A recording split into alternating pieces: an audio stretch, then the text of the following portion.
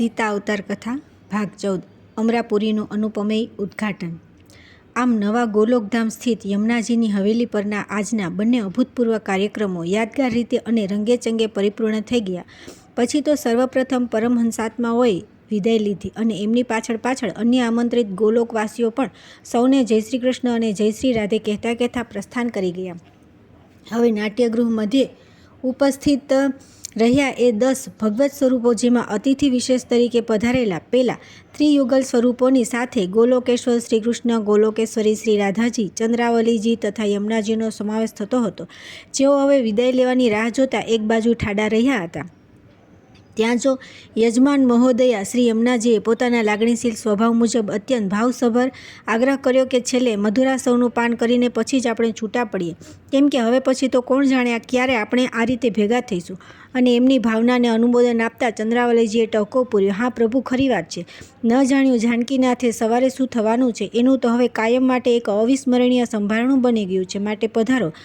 હજી તો રાત્રિનો ત્રીજો પ્રહર હમણાં જ પૂરો થયો છે, કહીને તેમણે જાનકીનાથ રૂપી શ્રીકૃષ્ણની નજર સાથે અર્થસૂચક નજર મિલાવી અને દેવી ચંદ્રાવલીજીની નજર મિલાવવા પાછળનો ગૂઢ સંકેત સમજી ગયેલા શ્રીકૃષ્ણે આગળ આવી સૌને યમુનાજીની હવેલીના મંત્રણા કક્ષ ભણી લઈ જવાની ઉતાવળ કરી। પછી તો સૌને આસન ગ્રહણ કરાવીને યમુનાજી મધુરાસવની સાથે સાથે હળવો ઉપહાર પણ તૈયાર કરાવવા અંદર ગયા અને આ બાજુ ક્યારનાય કંઈક કહેવાની તક મળે એની રાહ જોઈ રહેલા દેવી લક્ષ્મીજીએ ગોલોકેશ્વરી શ્રી રાધાજીની સામે જોઈને કહ્યું, રાધાજી, અમારું આ વખતનું ગોલોકનું આગમન ખરેખર યાદગાર બની ગયું। એક તો અમે સ્વપ્ને કલ્પ્યું નહોતું એવા આ બંને હૃદયસ્પર્શી કાર્યક્રમો માણ્યા પછી અમારા મનમાં સ્પષ્ટ પ્રતીતિ થઈ ગઈ છે કે તમારા સીતા અવતારની સંપૂર્ણ સફળતા પર હવે સાચે જ 4 ચાંદ લાગી ગયા છે। બીજું એ કે બે જે મહત્ત્વના હેતુઓ નિર્ધારિત કરીને અમે ત્રણેય દેવીઓ અહીં આવ્યા છીએ તે બંને હેતુઓ પણ નિર્વિઘ્ને પરિપૂર્ણ થઈ ગયા હોવાનો પણ અમને અત્યંત આનંદ છે। હવે અહીંથી અમારા ધામમાં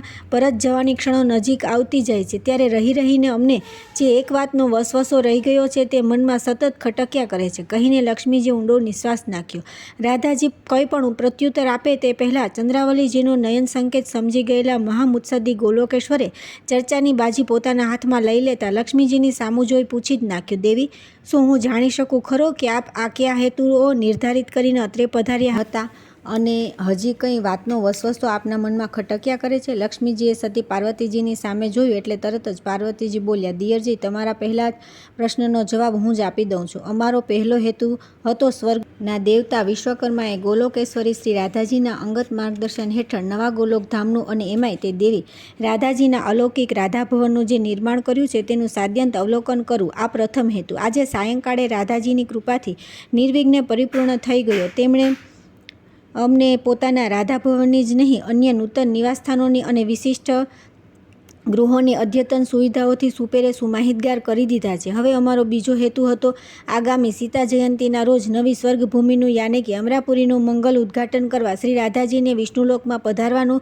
ભાવભીનું નિમંત્રણ આપવું, જે અપાઈ ગયું અને તેમણે અમારા નિમંત્રણનો તમારી મંજૂરીની અપેક્ષાએ કામચલાઉ સ્વીકાર પણ કરી લીધો છે। અમને આશા અને શ્રદ્ધા છે કે એમણે લીધેલા કામચલાઉ નિર્ણયને આપ મંજૂરીની મહોર મારશો જ। આમ આ છે શ્રીકૃષ્ણ તમારા પ્રથમ પ્રશ્નનો પ્રત્યુત્તર અને હવે તમે પૂછેલા બીજા પ્રશ્નનો ઉત્તર આપશે અમારા વતીથી દેવી બ્રહ્માણી। એમ કહીને પાર્વતીજીએ સ્પષ્ટ વક્તા બ્રહ્માણીને વસવસો અભિવ્યક્ત કરવા માટેની ખો આપી દીધી અને ત્યારે પોતાને સુપ્રત થયેલી ગંભીર જવાબદારી અદા કરવા માટેની હિંમત એકઠી કરીને દેવી સાવિત્રીજીએ હવે કહેવા માંડ્યું, હે ગોલોકેશ્વર, અમારા ત્રણેયના મનમાં ઊંડે એવી આશા હતી કે આપની અને રાધાજીની વચ્ચે જે મતભેદ ઊભો થયો અને જોતજોતામાં એ મતભેદ સીધો મનભેદમાં પરિણમ્યો તેનું નિરાકરણ લાવી અર્થાત આપ બંનેની વચ્ચે સુખદ સમાધાન કરાવીને પછી જ અમે હર્ષોલ્લાસ સહ અત્રેથી વિદાય થઈશું। પરંતુ અમારા દુર્ભાગ્ય અમને આ અંગે ન તો આપને કે ન તો રાધાજીને કંઈ પણ પૂછવાની કે કહેવાની એક પણ તક મળી અને અમારો અત્રેથી ચિંતાગ્રસ્ત હૃદય વિદાય થવાનો સમય થઈ ગયો। ફળસ્વરૂપ આ સંદર્ભમાં અમે કંઈ પણ કરી ન શક્યા તેનો મનમાં ઊંડા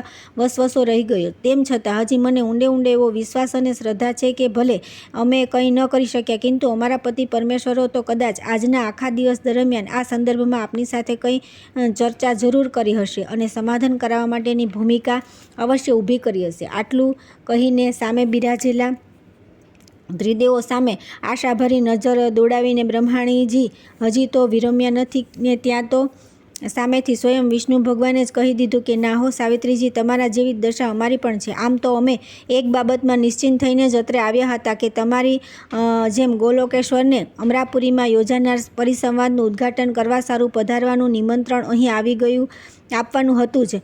એ તો આંતરસંદેશા દ્વારા અપાઈ ગયું હતું અને સ્વીકારાઈ પણ ગયું હતું. અમે તો ફક્ત એક જ નિર્ધારિત કરીને આવ્યા હતા કે કોઈ પણ સંજોગોમાં આ બંને ભગવત સ્વરૂપો વચ્ચે પાકું સમાધાન કરાવીને પછી જ અહીંથી વિદાય થવું. પરંતુ અમને આ પણ મહામુત્સદી શ્રીકૃષ્ણે આખો દિવસ એમના રાધા અવતારના વિહંગાવલોકનની ચર્ચામાં એવા રસ તરબોળ કરી નાખ્યા કે અમે પણ એમને સમાધાન કરાવવાની બાબતમાં ન કંઈ પૂછી શક્યા કે ન કંઈ કહી શક્યા. અને હવે અત્રેથી વિદાય થવાનો સમય થઈ ગયો એટલે તમારી જેમ અમે પણ મનમાં આ અંગેની વિમાસણ લઈને જ જઈશું કે અમારો ફેરો પણ નિષ્ફળ ગયો. એમ કહીને ભગવાન વિષ્ણુનારાયણે પણ નિરાશાનો સૂર પ્રગટ કર્યો. ત્યાં તો ક્યારનાય અંદરથી આવીને બારણામાં ઠાડા રહેલા યમુના મહારાણીજી આ સાંભળીને અંદર પ્રવેશ કરતાં મોટેથી કહેવા માંડ્યું, હે પ્રભુ, હજી કાંઈ વહી નથી ગયું. આપની વિમાસણ અને ત્રિદેવીઓનો વસવસો દૂર થઈ જાય એવી શક્યતા હજી પણ ઊભી છે. આટલું સાંભળ્યું નથી કે બંને કક્ષના મહેમાનોનો એકસામટો પ્રશ્ન હવામાં ગુંજી ઉઠ્યો કે કેવી રીતે હજી શક્યતા ઊભી છે? યમુના, તમે તો જાણતા જ હો તો જલ્દી કહો. અને ત્યારે યમુનાજી બોલ્યા, આજ રાત્રિના સાંસ્કૃતિક કાર્યક્રમો શરૂ થયા તે પહેલાં મારે રાધાજી સાથે ખાનગીમાં આ અંગે વાતચીત થઈ ગઈ છે. સમાધાન માટે તેમની તો કેવળ એક જ શરત છે જે તેમણે મને કહી દીધું છે. આપ કહેતા હો તો એમના વતીથી હું આપને કહી દેવા તૈયાર છું. પરંતુ પ્રભુ શ્રીકૃષ્ણ પરમાત્માની સમાધાન માટેની કઈ શરત છે તે જાણ્યા વિના તો આગળ વધાય જ કેવી રીતે? તેની તો મને કે રાધારાણીને ખબર જ નથી. તેથી હે દેવાધિદેવ, પ્રથમ આપ એમને જ પૂછી જુઓ ને કે તેમની શી શરત છે. પરંતુ ત્રિદેવો પૈકી કોઈ શ્રીકૃષ્ણને કંઈ પૂછે તે પહેલાં તો સામે ચાલીને શ્રીકૃષ્ણ પરમાત્માએ મંદ મુસ્કરાતા અને નિજ પ્રાણેશ્વરી શ્રી રાધા સાથે દ્રષ્ટિદોર સાંધીને કહી દીધું કે આપણી તો બિનશરતી સમાધાન કરવાની પૂરેપૂરી તૈયારી છે. શ્રીકૃષ્ણની આ મહાનતા અને ખેલદિલીને ત્યાં ઉપસ્થિત હતા તે સૌ ભારે હર્ષનાદથી વધાવી લીધા. ઓચિંતી સંપ્રાપ્ત થયેલી આ સાનુકૂળ પરિસ્થિતિનો મહત્તમ લાભ લેવાના આશયથી હવે સ્વયં મહાદેવજીએ જ ગોલોકેશ્વરી શ્રી રાધાને પૂછી નાખ્યું કે હે દેવી, આપ જે દિવસે અમરાપુરીનું ઉદ્ઘાટન કરવા વિષ્ણુલોકમાં પધારવાના છો તે દિવસે જ સમસ્ત આર્યાવ્રતના અગ્રગણ્ય ઋષિમુનિઓ વચ્ચે એક અભૂતપૂર્વ પરિસંવાદ યોજાવાનો છે. શું આપ જાણો છો કે આ પરિસંવાદમાં કયા વિષય પર ચર્ચા થવાની છે? આવા એકદમ સીધા પ્રશ્નથી થોડા મૂંઝાઈ ગયેલા અને ત્રિભુવનના ત્રણ વરિષ્ઠ અધિપતિઓની ઉપસ્થિતિમાં પોતાના અંગત જીવનને સ્પર્શતી સમાધાનવાળી આ વાતની થઈ રહેલી ચર્ચાથી ક્ષોભ, સંકોચ અને લજ્જા અનુભવી રહેલા રાધાજીએ ઊંચું જોયા વિના નીચી નજરે જ નિજ મસ્તક નકારાત્મક ભાવે હલાવી અને કહી દીધું કે પોતે આ પરિસંવાદમાં ચર્ચનારા વિષયથી સાવ અજાણ છે.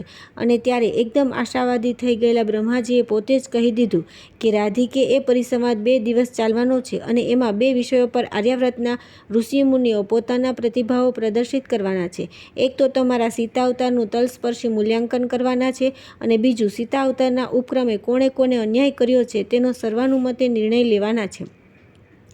આમ મહાદેવજીએ શરૂઆત કરી આપી અને બ્રહ્માજીએ ભૂમિકા રચી આપી. એટલે હવે વિષ્ણુ ભગવાનને જેવી જોઈતી હતી તેવી તક સ્વયંભૂ રીતે સંપ્રાપ્ત થઈ ગઈ.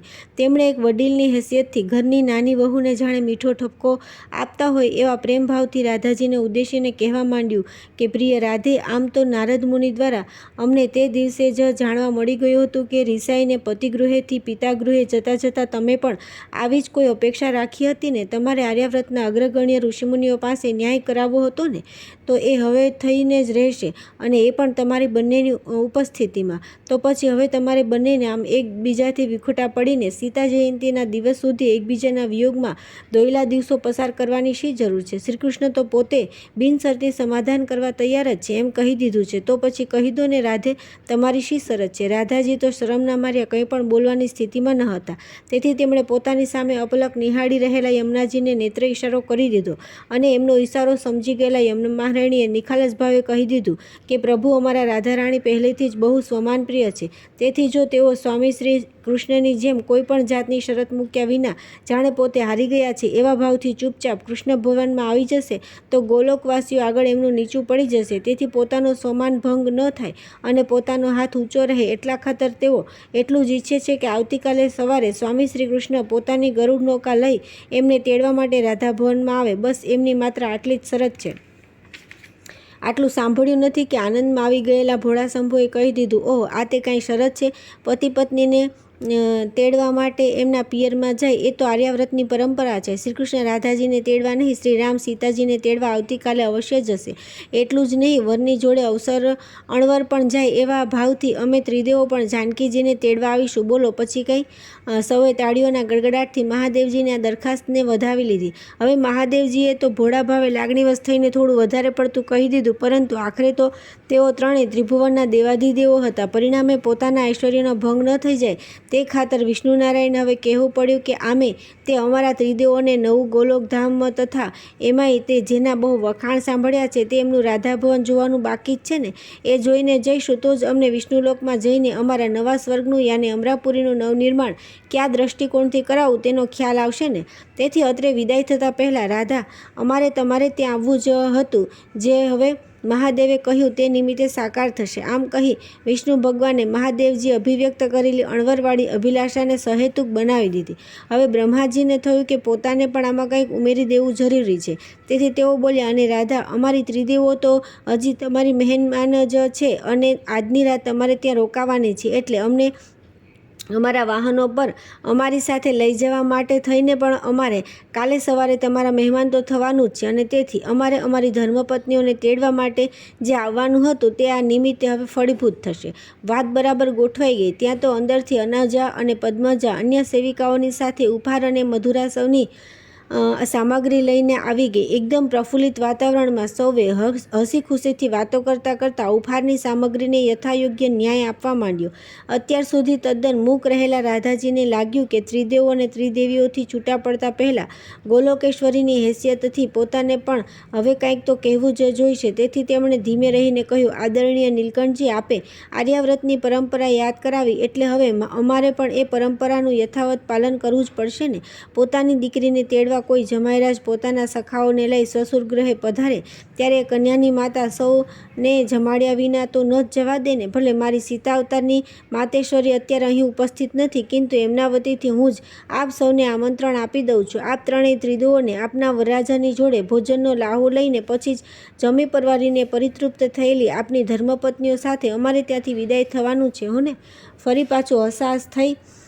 ત્યાં તો યમુનાજીએ તપાસ કરવા મોકલેલ સેવિકાઓ આવીને કહી ગઈ કે દેવી સુનયનાજી, ઉર્મિલાદેવી અને ગોલોકેશ્વરીની સખીઓને નિજ આવાસે પહોંચાડીને રાધાજી મયુરનૈયા પર પરત આવી ગઈ છે, અને કૃષ્ણભવનથી નાવિક દારૂક પણ પ્રભુની ગરુડ નૌકા લઈને સ્વામીને તથા તેમની સાથે પધારેલ ભગવત સ્વરૂપોને તેડવા માટે વિરજા નદીના તટે આવીને ઊભા રહી ગયા છે.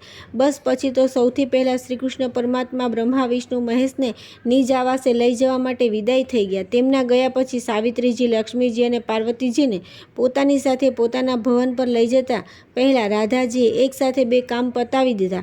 એક તો યમુનાજીને અને ચંદ્રાવલીજીને આવતીકાલ બપોરનું ભોજન પોતાને ત્યાં લેવા માટેનું ભાવભીનું આમંત્રણ આપી દીધું, અને ચંદ્રાવલીજીને કહી દીધું કે તમારે એકલાએ નથી આવવાનું, તમારી પાડોશમાં આવેલા મિથિલા ભવનમાંથી જનક વિદેહીને પણ પોતાની સાથે લઈને આવવાનું છે. અને પછી ઉમેર્યું કે પિતાશ્રીને તો હું વહેલી સવારે સંદેશો પાઠવીને આમંત્રણ આપી જ દેવાની છું. બસ પછી તો ઘણા દિવસો સુધી આ નવા ગોલોકધામમાં સીતા અવતારના પોતાના માતૃપક્ષના પરિવારજનો સાથે નિવાસ કર્યા બાદ આવતીકાલે ગોલોકેશ્વરી શ્રી રાધાજી નિજ સ્વામીગૃહે કૃષ્ણ ભવનમાં પરત આવી રહ્યા છે. એ સમાચાર ઝડપથી પ્રસારિત થઈ જતાં જૂના નવા બંને ગોલોકધામનું વાતાવરણ આનંદોલ્લાસથી ઝૂમી ઉઠ્યું. નિર્ધારિત કરેલ તમામ કાર્યક્રમો ક્રમશઃ પરિપૂર્ણ થતાં ત્રિદેવોએ નવા ગોલોકધામના અદ્યતન આવાસો અને ગૃહોની સાથે સાથે રાધા ભવનનું પણ હેતુપૂર્વક અવલોકન અને નિરીક્ષણ કરી લીધું. ભોજન સમારંભ પણ સમયસર પરિપૂર્ણ થઈ ગયો, અને પછી થોડો ઘણો વિશ્રામ માણ્યા બાદ બ્રહ્મા વિષ્ણુ મહેશ પોતપોતાના વાહનો પર નિજ ધર્મપત્નીઓને લઈને સ્વલોકે જવા પ્રસ્થાન કરી ગયા. બીજી બાજુ બપોરના પછીના અમૃત ચોઘડિયામાં જનકજીએ તથા સુનયનાજીએ પોતાની ત્રણ દીકરીઓ ઉર્મિલા, માંડવી અને શ્રુતકીર્તિ ઉપરાંત યમુનાજી અને ચંદ્રાવલીજીને પણ કરુણ મંગલ પ્રસંગે સાથે રાખી ત્રેતાયુગમાં જે રીતે મિથિલાનગરીની જાનકીને સ્વસુર ગૃહે વડાવી હતી તે રીતે, કિંતુ સહેજ પણ રડતા કકડતા નહીં, ઉપરથી હસી ખુશીથી નિજ સ્વામી સાથે વિદાય કરી. પ્રભુએ ખૂબ પ્રેમથી હાથ ગ્રહી નિજ પ્રાણેશ્વરી રાધિકાને ગરુડ નૌકામાં ચડાવી અને અત્યંત હર્ષવિભોર થઈ ગયેલા સ્વામી ભક્ત દારૂકે વિરજા નદીના ધસમસતા વહેતા પ્રવાહમાં ગરુડ નૌકાને હંકારી મૂકી. સમય સમયનું કામ કરીએ જ જાય છે. સમય કોઈનો રોક્યો એક ક્ષણ પણ રોકાતો નથી. એ તો અવિરતપણે અને સતત સતત નદીના વહેતા પાણીના પ્રવાહની ભાંતિ નિર્ધારિત ગતિએ વહ્યો જ જાય છે. મૃત્યુલોક હોય કે વિષ્ણુલોક, ભગવાન સૂર્યનારાયણની ઉદયાસ્તની લીલા તો સર્વત્ર દ્રષ્ટિગોચર થયા જ કરે છે. એમની આ લીલાના પ્રતાપે એક બાજુ એમની દૈનિક ગતિના ઉપક્રમે દિવસ રાતનું ચક્ર ઘૂમ્યા કરે છે, તો બીજી બાજુ એમની વાર્ષિક ગતિના પરિણામે ઋતુઓનું ચક્ર પણ અવાગમન કરી જ જાય છે. ફળ સ્વરૂપ માનવ હોય, દેવ હોય કે દાનવ હોય, સૌ કોઈને આ સમયરૂપી ચકડોળના સહારે ન કેવળ પોતાની દિનચર્યા બલકે જીવનચર્યાનું પણ સમતોલ જાળવીને નિર્ધારિત ક્રિયાકર્મ પૂરા કરી જ જવા પડતા હોય છે. જુઓ ને, હજુ તો જાણે હમણાં ત્રિદેવો અને ત્રિદેવીઓ ગોલોકધામથી વિષ્ણુલોકમાં આવ્યા છે, ત્યાં તો પેલા વિશ્વકર્મા દેવ પોતાના પારંગત શિષ્યોના સહયોગથી અમરાપુરીનું નવનિર્માણ યુદ્ધના ધોરણે પરિપૂર્ણ પણ કરી દીધું, અને સીતા જયંતીને આડે ફક્ત હવે એક જ દિવસનો સમય શેષ રહ્યો છે. આ બાજુ અમરાપુરીના નવા સભાખંડમાં યોજનારા મહાપરિસંવાદમાં ઉપસ્થિત રહેવા અને તેમાં સક્રિય ભાગ લેવા માટેના આમંત્રણો આર્યાવ્રતની ચારેય દિશાઓમાં વસતા અગ્રગણ્ય ઋષિમુનિઓને પહોંચાડવા માટે શિવલોકથી બારોબાર મૃત્યુલોકમાં ગયેલા દેવર્ષિ નારદને પરત આવી ગયે 3 દિવસ થઈ ગયા છે, છતાં તેઓ હજી પગ વાળીને બેઠા નથી. ક્યાંથી બેસે? એમના માથે આ પરિસંવાદના પરિપ્રેક્ષ્યમાં જે બે મોટી જવાબદારીઓ સ્વયં વિષ્ણુ ભગવાને સોંપી છે, તે પૈકીની બીજી જવાબદારીને તો તેમને જરા પણ ચિંતા ન હતી, કેમ કે આ પૂર્વે અનેકવાર એમણે આવી ચર્ચા સભાઓના સંવાહક તરીકેની ફરજ બજાવેલી હતી. તેથી આ પરિસંવાદનું સંવાહક પદ સંભાળવું એ તો તેમના માટે રમત વાત હતી, કિંતુ એમને સુપ્રત થયેલી પહેલી જવાબદારી એમને માટે તદ્દન નવી હતી. એટલું જ નહીં, પ્રમાણમાં થોડી વિષમ અને વિકટ પણ હતી. આ જવાબદારીઓ એ હતી, તેઓ જેમને આમંત્રણ આપી આવ્યા હતા તે ઋષિમુનિઓ જેમ જેમ અમરાપુરીમાં આવતા જાય તેમ તેમ તેમને આવકારવાની, તેમની યથાયોગ્ય આગતા સ્વાગતા કરવાની તથા તેમને તેમના માન મર્તબા અને મોભા મુજબ જે તે નિવાસસ્થાને પહોંચાડવાની ફરજ પણ તેમને જ બજાવવાની હતી, કેમ કે એકમાત્ર તેઓ જ તેમને સારી પેઠે ઓળખતા હતા. આમ તો અમરાપુરીમાં નવનિર્માણ થયેલી અનેક વૈવિધ્યપૂર્ણ ઇમારતોમાં સવિશેષ ધ્યાનાકર્ષતો ત્યાંનું અનેક નાના મોટા કક્ષથી શોભતું મહેમાન ગૃહ હતું, પરંતુ જ્યાં સુધી અમરાપુરીનું ઉદ્ઘાટન ન થાય ત્યાં સુધી તો તેનો વિનિયોગ કરવાની કોઈને શક્યતા જ ન હતી. તેથી વિષ્ણુ ભગવાનની અધ્યક્ષતામાં રચાયેલી સ્વાગત સમિતિ એ આ સમિતિના જ એક વરિષ્ઠ સભ્ય દેવગુરુ બૃહસ્પતિજીને તેમના વિશાળ આશ્રમના જુદા જુદા નિવાસસ્થાનો ખાલી કરાવીને આજની એક રાત માટે આ આમંત્રિત ઋષિમુનિઓને તેમને ત્યાં ઉતારો આપવાની વ્યવસ્થા કરાવી દીધી હતી. એટલે હવે નારદજીને તો જે તે ઋષિમુનિઓ ત્યાં પહોંચાડવાની કાર્યવાહી જ કરવાની હતી. જીવનમાં પહેલી જ વાર સદેહે સ્વર્ગમાં યાને નવા સ્વર્ગમાં જવાનું સદભાગ્ય સંપ્રાપ્ત થયું હતું. તેથી હર્ષવિભોર અને ભાવવિભોર થઈ ગયેલા કેટલાક ઋષિમુનિઓ તો હરખઘેલા થઈને સીતા જયંતીના આગલા દિવસે જ આવી ગયા હતા. એટલે દેવમુનિ નારદજીની કામગીરી એક દિવસ વહેલી શરૂ થઈ ગઈ. સીતા જયંતીની આગલી સાંજ સુધીમાં તો નીચે પ્રમાણેના તમામ ઋષિમુનિઓની બૃહસ્પતિજીનો સ્વર્ગાશ્રમ ખીચોખીચ ભરાઈ ગયો હતો. આર્યવ્રતની પૂર્વ દિશાએથી મહર્ષિ કૌશિક, યવતિક્ર, ગાર્ગ્ય, ગાલવ, કર્ણવ ઋષિ અને રેભ્ય અને ચ્યવન ઋષિ પધાર્યા હતા. પશ્ચિમ દિશાએથી મુનિવર, નૃશંગ, કૌવશી, કૌશય, ધૌમ્ય મુનિ, ઉપગુ, કામઠ અને ધૂમ્ર મુનિ પધાર્યા હતા. ઉત્તર દિશાએથી વસિષ્ઠ મુનિ, કશ્યપ, ગૌતમ મુનિ, વિશ્વામિત્ર, જમદગ્નિ, ભરદ્વાજ તથા મહર્ષિ વાલ્મીકી પધાર્યા હતા. દક્ષિણ દિશાએથી અત્રિ મુનિ, અગસ્ત્ય, દત્તાત્રેય, મૈત્રેય, રુચિ, રીમુચમુનિ, સુમુખ અને વિમુખ પણ પધાર્યા હતા. વળી દેવી લક્ષ્મીજીના ખાસ આગ્રહથી ગોલોકથી ઋષિશૃંગના પત્ની શાંતાદેવી અને આર્યાવ્રતના વસિષ્ઠના પત્ની અરુંધતી, અત્રિ મુનિના પત્ની મહાસતી અનસૂયા, અગસ્ત્ય મુનિના પત્ની લોપામુદ્રા, ગૌતમ ઋષિના પત્ની અહલ્યા તથા યાજ્ઞવલ્ક્યના પ્રિયા મૈત્રેય દેવી પણ પધાર્યા હતા, અને તેમને માનભેર વિષ્ણુલોકના મહેમાન ગૃહમાં આજની રાત પૂરો ઉતારો આપવામાં આવ્યો હતો. બ્રહ્મલોકથી બ્રહ્માજી, બ્રહ્માણીજી તથા દેવી સરસ્વતીજીનો નારદજી સાથે જ 2 દિવસ પૂર્વે અહીં આવીને તેમને નિયત થયેલા કાર્યમાં ઓતપ્રોત થઈ ગયા હતા. જ્યારે ગોલોકથી સીધા જ અમરાપુરીના નવનિર્માણના આયોજનને તથા એમાં સ્થાન પામનાર રચના કૌશલ્યને આખરી ઓપ આપવા વિષ્ણુલોકમાં પધારેલા શિવ પાર્વતી 2 દિવસ અહીં રોકાઈને શિવલોકમાં પરત ગયા હતા. તે પણ હવે સીતા જયંતીના આગલા દિવસે પાછા પધારી ગયા હતા. વળી આપેલ વચનાનુસાર ગોલોકથી ગોલોકેશ્વર શ્રીકૃષ્ણ તથા ગોલોકેશ્વરી રાધાજીની સાથે તેમના સીતા અવતારના નિકટવર્તી સ્વજનોની ભૂમિકા ભજવીને આવેલા જનકજી, શતાનંદજી, સુનયનાજી, ઉર્મિલા, માંડવી, શ્રુતકીર્તિ ઉપરાંત મુનિવર ઋષ્યશૃંગજી પણ એક દિવસ વહેલા આવીને તેમને ફળવાયેલ ઉત્તરા સ્થળે પહોંચી જવાના હતા. છેલ્લે બાકી હતા તે ગોલોકધામના અગ્રગણ્ય પરમહંસાત્માઓ પણ સીતા જયંતીની વહેલી સવારે સીધા જ અમરાપુરીના નવા સભાગૃહના ઉદ્ઘાટન સ્થળે આવીને નિજ સ્થાને બિરાજી જવાના હતા. દેવગુરુ બૃહસ્પતિજીએ કરેલા ખાસ આગ્રહને માન્ય રાખી ભગવાન વિષ્ણુ નારાયણે સ્વર્ગના પરમ દેવાત્મા કોટીના કેટલાક અગ્રગણ્ય પુણ્યાત્માઓને ઉદ્ઘાટન સમારોહમાં તેમજ 2 દિવસ સુધી ચાલનારા પરિસંવાદમાં માત્ર શ્રોતારૂપે હાજરી આપવાની અનુમતિ આપી હોવાથી તેઓ પણ સમયસર આવીને તેમને માટે નિયત કરેલા સ્થાન પર ગોઠવાઈ જવાના હતા. આ બાજુ આ પૂર્વે અર્થાત સીતા જયંતીની વહેલી સવારે ગોલોકેશ્વરી રાધાજીના વરદ હસ્તે અમરાપુરીનું અભૂતપૂર્વ ઉદ્ઘાટન થાય તે પૂર્વે દેવગુરુ બૃહસ્પતિજીને આર્યાવ્રતથી પધારેલા વિશ્વ વંદ્ય અને સનિષ્ઠ ઋષિમુનિઓ સાથે એક રાત ગાળવાની જે એક સુવર્ણ તક સંપ્રાપ્ત થઈ હતી તેનો મહત્તમ લાભ લેવા ભગવાન વિષ્ણુ નારાયણે તેમને એક ખાસ જવાબદારી સોંપી હતી અને તે એ કે પોતાના સ્વર્ગાશ્રમમાં આ તમામ ઋષિમુનિઓની રાત્રિ સભા યોજીને આવતીકાલથી શરૂ થવાના મહાપરિસંવાદનું સન્માનીય અધ્યક્ષપદ કયા ઋષિમુનિ સંભાળશે તે અંગે આ રાત્રિ સભામાં ચર્ચા વિચારણા કરાવીને સર્વાનુમતે કોઈ એક અધિકૃત ઋષિ મહર્ષિની વરણી કરાવવાની હતી. ત્યારબાદ એ શુભ નામની જાણ તેમણે તત્કાલિક ગોલોકેશ્વર શ્રીકૃષ્ણ પ્રભુને કરી દેવાની હતી, જેથી પરિસંવાદના ઉદ્ઘાટક પદે નિયુક્ત થયેલા તેઓ પ્રથમ દિવસની બપોરની બેઠક શરૂ થાય ત્યારે આ અધ્યક્ષશ્રીનો પરિચય સમસ્ત શ્રોતાઓને કરાવી શકે. પ્રભુ કૃપા ગણો કે ગુરુકૃપા, પરંતુ આ વિધિ પણ નિર્વિઘ્ને પતી ગઈ અને જે ઋષિવરની પરિસંવાદના અધ્યક્ષપદે વરણી થઈ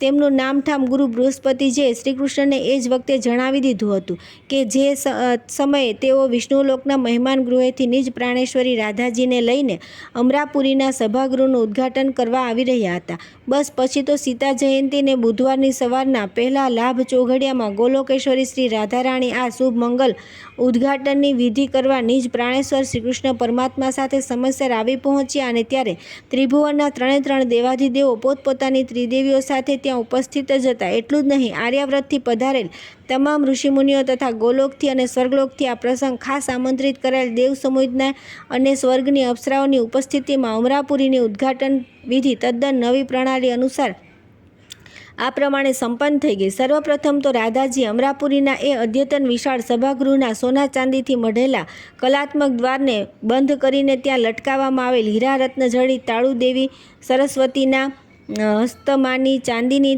તાસકમાં મૂકેલી ચાવીથી ખોલી નાખ્યું અને તાળીઓના લગાતાર ગડગડાટ વચ્ચે હળવે પગલે દ્વારમાં પ્રવેશી ત્યાંથી થોડે દૂર સભાગૃહની અંદર પ્રવેશવાના માર્ગ પાસેથી ખંભી પર લટકાવેલ રેશમી પડદાની દોરી ખેંચી એ ખંભી પર ચઢેલી સંગેમરમરની તકતી ખુલ્લી મૂકી, જેના પર સુવર્ણાક્ષર કોતરવામાં આવ્યું હતું કે આજે સીતા જયંતીના પવિત્ર દિને ગોલોકેશ્વરી રાધાજીના વરદસે અમરાપુરીનું નામક આ નવા સ્વર્ગના સભાગૃહનું મંગલમય ઉદ્ઘાટન થયું. પછી તો બહાર ઊભેલા તમામ મંત્રીઓને તથા ઈશ્વરી વિભૂતિઓને સભાગૃહમાં પ્રવેશીને નિજ સ્થાન ગ્રહણ કરી લેવાની વિનંતી ઉપરી 3 વાર બુલંદ નાદે કરવામાં આવી અને સૌએ તેનું પાલન કરીને પોતપોતાનું નિયત સ્થાન ગ્રહણ કરી લીધું.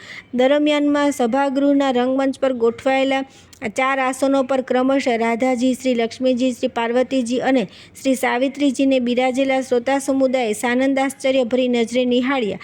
ત્યાં તો થોડી જ વારમાં નેપથ્યની ડાબી બાજુએથી સ્વર્ગની સર્વોત્તમ ગણાતી અપ્સરા તિલોત્તમા મંગલદીપ પ્રગટાવીને સામગ્રી લઈને રંગમંચ પર આવી તો નેપથ્યની જમણી બાજુ એથી પ્રવેશેલા સંગીત સામ્રાજ્ઞી દેવી સરસ્વતીજીએ ઉદ્ઘોષણા કરી કે હવે શ્રી રાધારાણી મંગલદીપનું પ્રાગટ્ય કરશે અને તેમને સાથ આપશે ત્રિભુવનની વંદનીય ત્રિદેવીઓ. બસ પછી તો એક બાજુ રાધાજી અને ત્રિદેવીઓને પછી 1-4 દીપકોનું પ્રાગટ્ય કર્યું અને બીજી બાજુ એ જ વખતે સરસ્વતી દેવીએ પોતાના સુમધુર કંઠે આલાપ્યું. શુભમ કરોતુ કલ્યાણમારોગ્યમ ધનસંપદ શત્રુબુદ્ધિ વિનાશાય દીપ જ્યોતિ નમસ્તુતે દીપ જ્યોતિ પરબ્રહ્મ દીપ જ્યોતિ જનાદન દીપ હરતુ મેં પાપમ દીપર જ્યોતિ નમસ્તુતે. દીપ પ્રાગટ્ય વિધિ સંપન્ન થઈ ગયા બાદ આજના મુખ્ય કાર્યક્રમની યાને રાધાજીના ઉદ્ઘાટન પ્રવચનની શરૂઆત થાય તે પહેલાં સ્વર્ગલોકની પ્રણાલી અનુસાર પ્રાર્થનાનો સુમંગલ કાર્યક્રમ શરૂ થયો અને પોતાના વાદ્યવૃંદ સાથે રંગમંચ પર ઉપસ્થિત દેવી સરસ્વતીજીએ અને તેમના શિષ્યોએ સમૂહમાં પ્રાર્થનાના સમુદ્ર સુરોથી સભાગૃહના વાતાવરણને ગુંજારિત કરી દીધું. બ્રહ્મા મુરારી ત્રિપુરાંતકારી ભાનુ શશી ભૂમિ સૂતો બુધશ્ચ ગુરુશ્ચ શુક્ર શનિ રાહુ કેતવ કુર્વંતુ સર્વ મમ સુપ્રભાતમ શાંતાકારમ ભુજગશયનમ પદ્મનાભમ સુરેશમ વિશ્વાધારમ ગગનસદૃશમ મેઘવર્ણમ શુભાંગમ લક્ષ્મીકાંતમ કમલનયનમ યોગીર્ભિધાન્ય ગમ્યમ વંદે વિષ્ણુ ભવભયહરમ સર્વલોકૈકનાથમ. આજ મારા આંગણે મંગલ ઘડી અંતરની આશ મારે આજે ફળી સત્કારું સૌને પ્રેમ ભાવે વળી અંતરની આશ મારે આજે ફળી. આશાનો દીપ 14 લોકને અજવાળશે વિસ્તારી જ્ઞાન અંધકારને હટાવશે દિલની દિવેટ કરી જાશું બાળી અંતરની આશ મારી આજે ફળી. સ્નેહમાં સંબંધ બહુ ગાઢા બનાવશું સંસ્કૃતિ બાગ પ્રેમ પુષ્પે ખીલાવશું શ્રદ્ધા ધરીને સાચી ઉંમરમાં વળી અંતરની આશ મારી આજે ફળી. રાધા દેવી આજ મારે આંગણે પધાર્યા ભાવનાના પુષ્પ થકી એમને વધાવ્યા પ્રેમના પિયુષ અમે પાયા વળી અંતરની આશ મારી આજે ફળી. ઋષિઓ મુનિઓને આજ ભાવે વધાવીએ દર્શન સંતોનું અમે સદાય વાંચીએ આગળ ધપીશું સૌ સાથે મળી અંતરની આશ મારી આજે ફળી. આજ મારે આંગળીએ મંગલ ઘડી અંતરની આશ મારી આજે ફળી.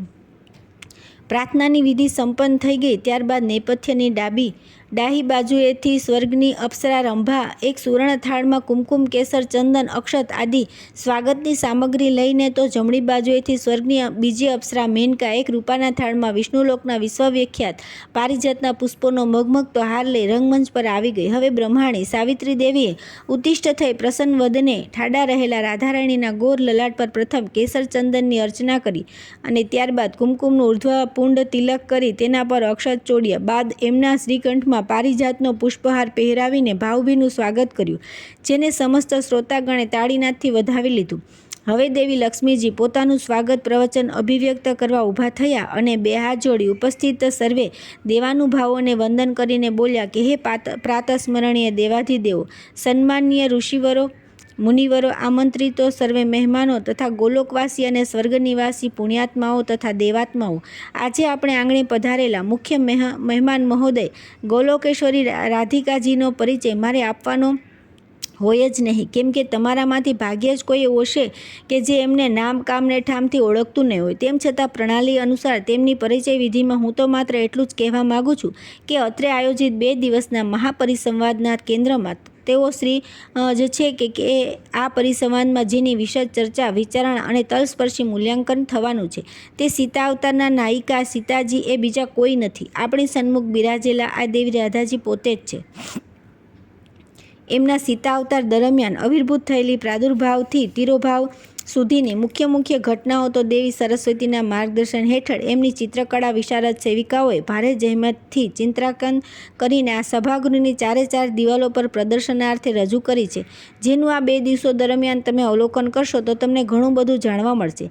તેથી તેના વિશે તથા સીતા અવતારની ફળશ્રુતિ વિશે વધારે કંઈ ન કહેતા પહેલી જ વાર અમારે વિષ્ણુલોકમાં પધારેલા દેવી રાધિકાજીનું હું અંતરના ઉમળકાથી ભાવભીનું સ્વાગત કરું છું અને હવે એમને એમનું માનનીય પ્રવચન આપવા અનુરોધ કરું છું. આટલું કહીને વિરમેલા લક્ષ્મીજીએ સૌએ ફરીવાર તાળીનાદે વધાવી લીધા અને હવે ગોલોકેશ્વરી રાધાજીએ નિજ સ્થાન પરથી ઉત્તિષ્ઠ થઈને પોતાનું વક્તવ્ય આ પ્રમાણે વહેતું મૂક્યું. ઉપસ્થિત સર્વે ઉચ્ચ દેવકક્ષાના શ્રોતા સમુદાયને ગોલોકેશ્વરી રાધાના સાદર પ્રણામ.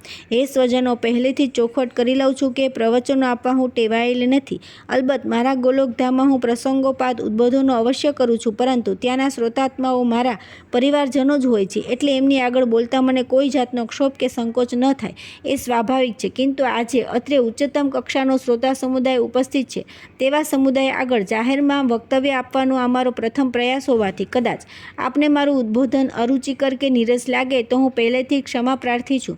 મારા સદભાગ્યે સ્વયં વિષ્ણુનારાયણ તથા દેવગુરુ બૃહસ્પતિજી સામે ચાલી મને વક્તવ્ય માટે જે વિષયો સૂચવ્યો છે તે મારો રસનો વિષય છે અને તેથી આ વિષય પર હું મારા વિચારો તથા અભિગમો ખુલ્લેઆમ અભિવ્યક્ત કરવા પૂર્ણતઃ સક્ષમ છું. મને સૂચવાયેલ વિષય છે આત્માઓનું એકીકરણ યાને જુદી જુદી કક્ષાના આત્માઓને એક કરવા અર્થાત એમની વચ્ચે સમન્વય સાધવો તે. એટલું તો આપ સૌને સુવિદિત જ છે. અમારું ગોલોક હોય કે આપનું સ્વર્ગલોક હોય, એ બંનેમાં જે આત્માઓ આવે છે તે તો મૃત્યુના દિવંગત થયેલા માનવ આત્મા જ છે, જેઓ તેમના છેલ્લા અને તે પૂર્વેના માનવ જન્મોના કરેલા શુભ કે સત્કર્મોના પુણ્ય બળે કર્મના સિદ્ધાંત અનુસાર સંચિત કર્મોના ફળ ભોગવવા આવ્યા હોય છે.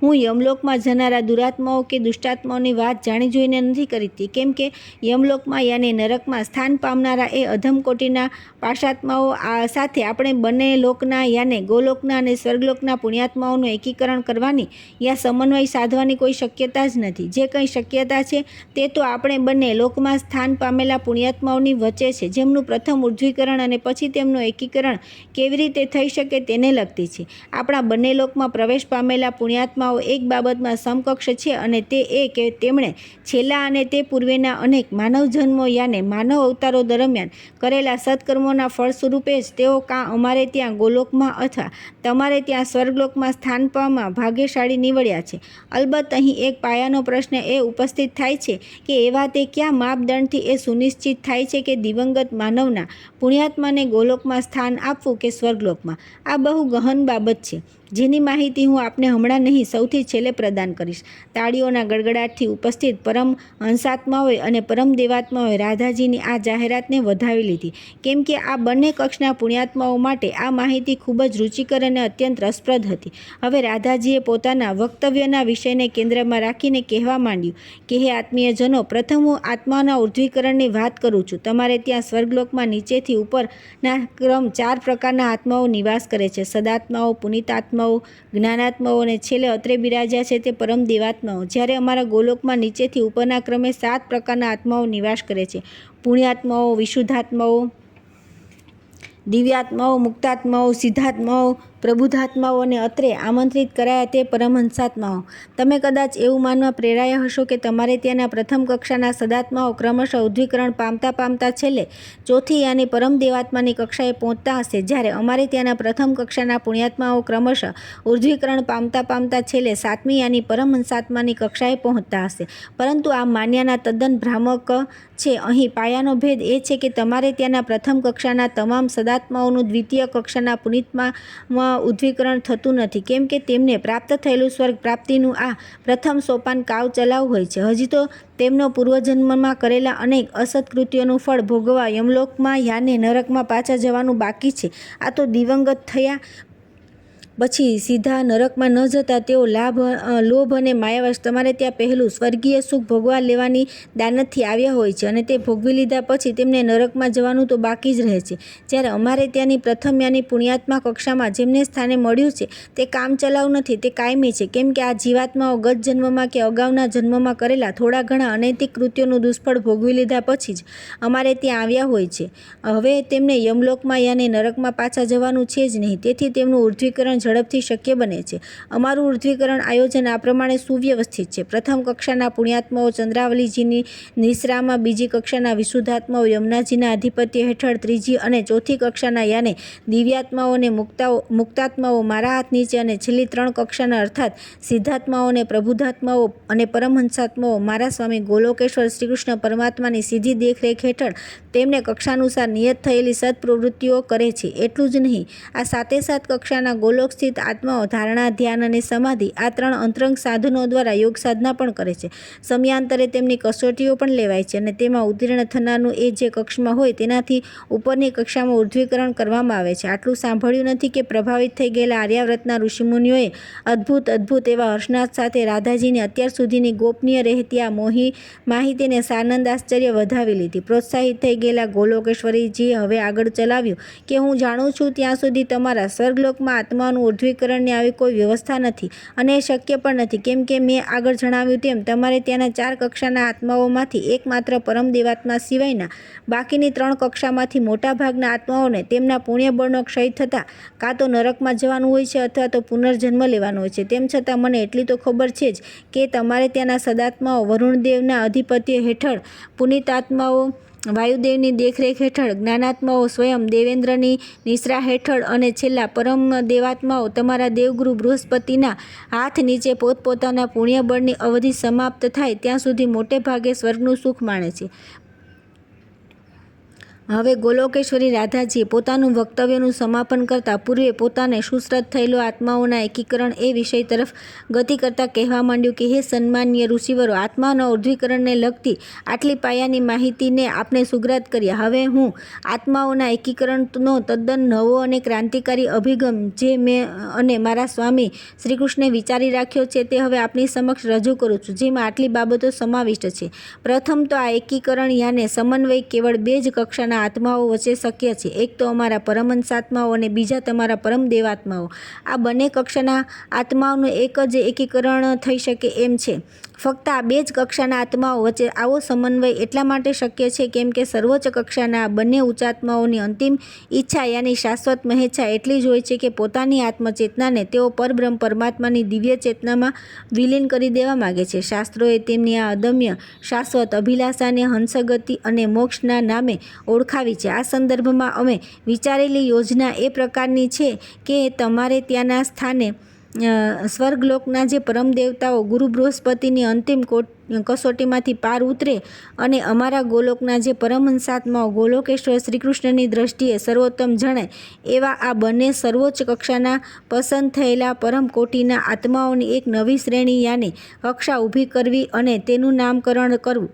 મુમુક્ષુ મહાત્માઓ અને ભારે હર્ષના તથા તાળીઓના ગડગડાટથી આ આત્માઓના એકીકરણના નૂતન અભિગમને શ્રોતા સમુદાયે એવો વધાવી લીધો કે ન પૂછો વાત. પોતાની વાત પૂરી કરતા અંતમાં રાધાજી આટલું જ ઉમેર્યું કે અત્યાર સુધીના યુગોમાં તો મૃત્યુલોકમાં ઉદ્ભવેલી અમાનુષ્ય અને રાક્ષસી પ્રવૃત્તિને ડામવા કે સંહારવા સ્વયં વિષ્ણુ ભગવાને અને ગોલોકેશ્વરને કોઈને કોઈ નિમિત્તે અવતાર લેવા પડ્યા હતા, પરંતુ હવે પ્રવર્તમાન દ્વાપરયુગમાં અને હવે પછી આવનાર કળયુગમાં એકમાત્ર પૂર્ણાવતારથી કામ નહીં ચાલે. એકથી વધારે અને સમયના અંતરે અને અંશાવતારોને અવની પર અવતરિત કરવા પડશે, જેઓ સંતો, મહંતો, સ્વામીઓ, સિદ્ધો આદિ રૂપે પ્રભુભક્તિનું એવું પૂર વહાવશે કે પેલા અત્યાચારીઓ, ભ્રષ્ટાચારીઓ, દુરાચારીઓની સામે પ્રચંડ લોકશક્તિનો જુવાળ ઉમટી પડશે. અંતમાં એટલી જ આગાહી કરી દઉં છું કે આ અંશાવતારો એ અન્ય કોઈ નહીં, આ મુમુક્ષુ મહાત્માઓ જ હશે. હવે મારું વક્તવ્ય સમાપ્ત કરતા પહેલાં પેલી બાકી રાખેલી માપદંડવાળી વાત પણ સમજાવી દઉં છું. અવની પર અનેક પ્રકારના શુભ કર્મો અને પુણ્યકર્મો કરનારા બે મુખ્ય માર્ગો છે. એક છે જ્ઞાન માર્ગ અને બીજો છે ભક્તિ માર્ગ.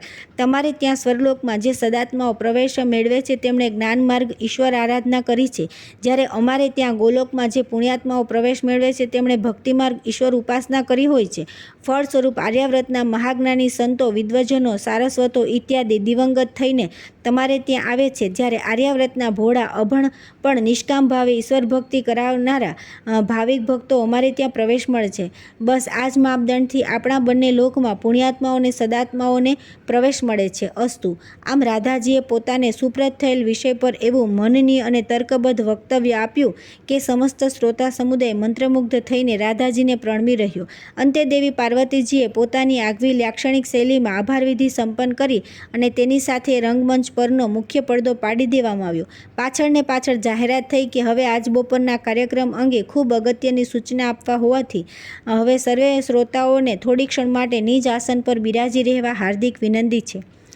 શ્રી રાધા અને કૃષ્ણ કેરું થયું સુખદ સમાધાન, નિશ્ચિત થઈને પરહર્યા ત્રણેય કૃપા નિધાન. સીતા જયંતી શુભ દિને રાધાજી મહેમાન, આત્માનું એકીકરણ ક્રાંતિકારી પ્રદાન.